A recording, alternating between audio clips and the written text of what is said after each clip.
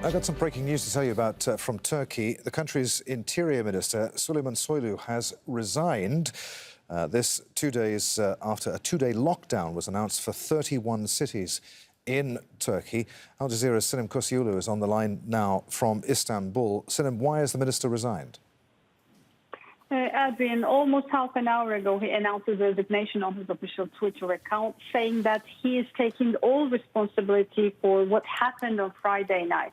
As you also said, on Friday night, in the late hours, Interior Ministry announced that there would be a 48-hour lockdown for 31 cities.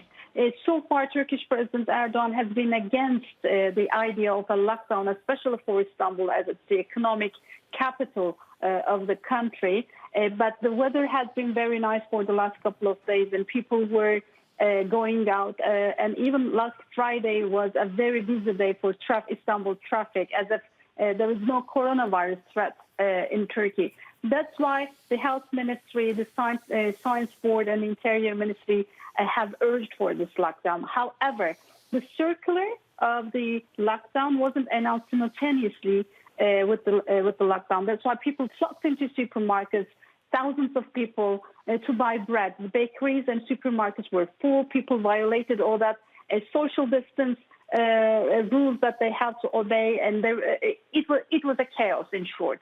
And many criticized the government for not announcing it properly and for not warning the people, the citizens, on time that the bakeries would be open during that lockdown in those 31 cities. Basically, he was accused for this chaos, and yesterday he apologized from everyone, and today in his resignation note on social media he said that he's taking all responsibility, and he said the president should accept this resignation, should accept his apology. So far we have no idea whether the Turkish president Recep Tayyip Erdogan has accepted Interior Minister's resignation.